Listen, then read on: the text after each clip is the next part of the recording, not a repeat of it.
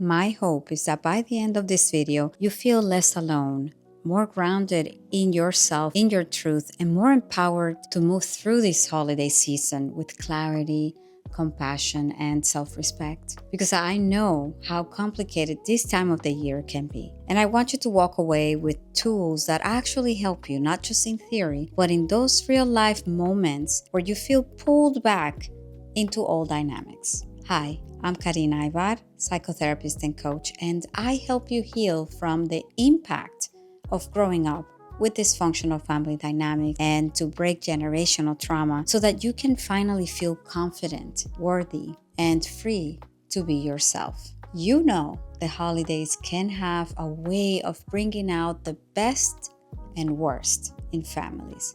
And if you grew up in a volatile home, or with emotionally immature families, or with emotionally immature parents, you know that there are unspoken rules that magically reappear this time of the year. Rules that nobody says out loud, but everyone is expected to follow. Rules that shape how you show up, how you speak, how you shrink, and how much of yourself you are allowed to bring out and to bring into the room. And for so many of us, the holidays can bring anxiety, guilt, hypervigilance, and overfunctioning, and the old familiar knot in the stomach. That feeling in your gut, right, of stress. And this is part 2 of my series of navigating the holidays with dysfunctional family. So today I want to speak with you about the unspoken rules of dysfunctional families and why they exist and what you can do, and most importantly, how you can protect your peace this holiday season. Rule number 1, don't talk about anything real. Now, what do we mean by this? In dysfunctional families, vulnerability is treated like a threat. There is this silent expectation to keep the family secrets, to keep everything light and normal and positive. Even if the house is burning down emotionally, even if there is tension in the room, you better not go there, because that's just part of the dynamics. And so you start talking about a boundary you're setting, then why are you being dramatic? Why are you bringing up the past, right? You bring up a hurtful pattern, then you're ruining the vibe. Or you tell someone you are tired and need rest. Oh, you're antisocial. Oh, must be nice to have it easy, right? The message is silence what hurts and feels uncomfortable. And as a parentified daughter, or as an adult who grew up in a dysfunctional way, metering every word to keep the peace, this is hard, and I want you to know how to handle it. Before the gathering, identify 3 topics you will talk about and 3 you won't. Those are non-negotiables for you. For example, if someone pushes, use a simple redirect. It's okay, we don't need to discuss that today. Or let's keep it light. You add your own flavor of, I would rather focus on the present and not go there. Whatever feels natural to you, I want you to empower yourself, to give yourself permission to leave the conversation or the room if your body says enough. Remember, protecting your emotional reality is not disrespect. It is self-respect. And it is also emotional regulation so that you can show up in a way that can be emotionally intelligent. Rule number 2, take care of everyone, not yourself. The holidays become the Olympics of overfunctioning. So they may trigger that overfunctioning, and you are the one cooking, organizing, cleaning, translating, mediating, smoothing tensions, fixing plates, making sure everyone is okay except yourself, right?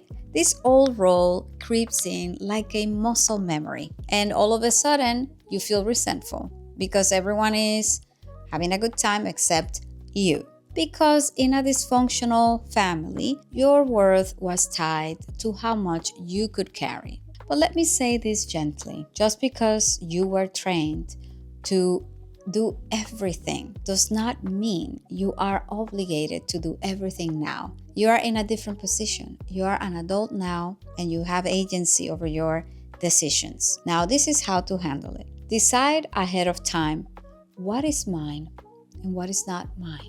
Practice the partial yes. For example, I can help with this, but I cannot take on everything this year. And when you feel that guilt rising, then remind yourself, my job is not to save the day. My job is to be a person, to be present, just like anyone else. You're not the holiday emotional support. You get to have a human experience too. And that means honoring your boundaries, your space, and being able to show up as you are. Rule number 3, don't set boundaries. It makes people uncomfortable. In dysfunctional systems, boundaries feel like betrayal because boundaries disrupt familiar patterns, even if the pattern is unhealthy. When you say, I'm not staying the whole day, for instance, or I won't tolerate disrespect, I'm not going to do that gathering, or no, thank you. That means that the family feels that you are disrupting what has been feeling comfortable and what everyone else has been used to. Suddenly you become the difficult one, the selfish one, the ungrateful one. But here is the truth that I want you to remember. You are not responsible for how other adults react to reasonable boundaries. So here's how to handle it. I want you to name your boundary before the event. Say it once clearly and don't over-explain. Over-explaining invites debate, and we don't want to get into that, right? If someone tries to push you, use the broken record technique. For instance, I hear you. My plan is still the same. I could see why you would feel that way. However, this is what I'm going to do. Have a buddy, friend, partner, sibling who knows your boundary and can support you emotionally before and after, if possible. It could be as simple as staying in touch with a friend or someone who is not present at the gathering. Because boundaries don't ruin relationships. They actually reveal the health of them. Keep that in mind. Rule number 4, keep the peace at all costs. This one is not easy. Many of us learned early on that the holidays could turn into chaos with one wrong move.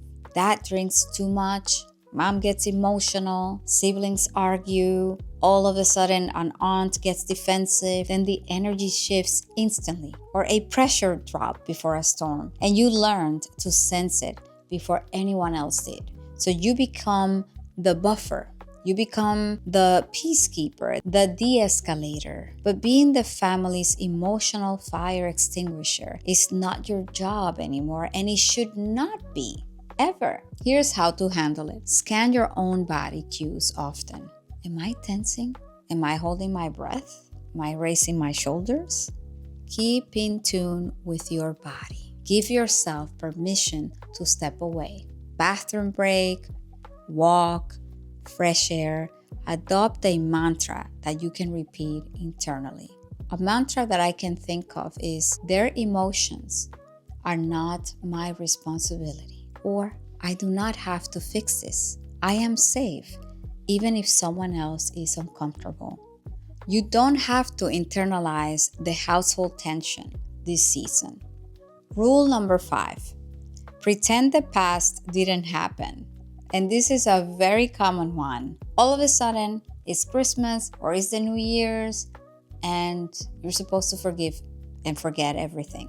Holiday gatherings are often built on emotional amnesia. Everyone acts like nothing happened, like they never hurt you, and the hurtful comments last year never happened. All of a sudden, you're supposed to forget, and the neglect wasn't real. You're exaggerating. The favoritism wasn't obvious. What are you talking about, right? Does that resonate? The disrespect wasn't painful. You're just too sensitive.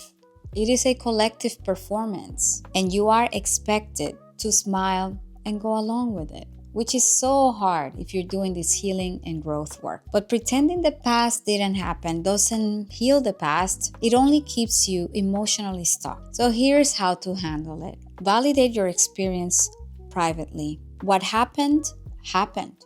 It did happen, and your feelings are valid. Share your feelings with a safe person, not necessarily your family. Do not force conversations with people who are emotionally unavailable and invested in misunderstanding you. Give yourself permission to grieve the family you wish you had while caring for the adult that you are now.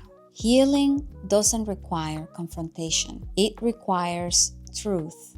And if you want to take this journey further, make sure you grab my Reparenting Your Inner Child workbook and meditation below. It's packed with practical tools and exercises to start your healing and growth journey, and it is my gift to you. Make sure to grab it in the link in the description. Now, rule number 6, stay loyal no matter how you are treated. One of the hardest things about dysfunctional family dynamics is the unspoken rule that family loyalty means tolerating anything, right? Blood is thicker than water. Disrespect, gaslighting, invasion of privacy, emotional manipulation, guilt trips, you name them. They are all part of this loyalty facade. But loyalty without reciprocity is not loyalty, it is self-abandonment and a disrespect to who you are. So here's how to handle it. Redefine loyalty. I can care about you without sacrificing myself. Create emotional seating arrangements. You decide who gets to access your soft and emotional parts. And remember that love and distance can coexist. You can love your family and not necessarily like them, and that's okay. Please remind yourself, I don't owe access to people who repeatedly harm me. Your healing is not disloyalty, it is liberation. And it is an opportunity to rewrite the script and break generational trauma. Rule number 7, don't be too loud or too sad. Don't be too needy, too honest, too anything. You see, dysfunctional families often demand emotional smallness. Don't be too expressive. Don't ask questions. Don't show boundaries. Don't take up space. Apologize for everything. This is how generations pass down shame. Here is how to handle it. Allow yourself to take up space with people who can hold it, even if your family cannot. And that is okay. Affirm yourself as many times as needed. And remember not to minimize your struggles. It is a common experience that my clients and members have. Remind yourself, I am not too much. I am simply not shrinking anymore. Practice self-soothing before and after gatherings to ground your nervous system. Your presence is not a disruption. Your truth is not a burden. You are right where you need to be. And when you stop people pleasing, people aren't pleased. Remember, you have permission to have a different kind of holiday. You don't need validation from me, from anyone else but yourself. The holidays can bring up grief, nostalgia, longing, gratitude, even joy and exhaustion all at once. And if your family has its own unspoken rules, those feelings can intensify, but you are allowed to choose the version of the holidays that aligns with your healing and your growth. And if you are on this journey of reparenting yourself, developing earned secure attachment, and breaking generational trauma, you don't have to do it alone. I share weekly insights, resources, reflections, and tools for exactly this kind of healing. So make sure you are subscribed for more support along the way. Please take care of yourself this season. Give yourself what your family couldn't. And may this year be the first holiday where you don't disappear to make everyone else comfortable. I will see you in the next video. And please remember your resilience.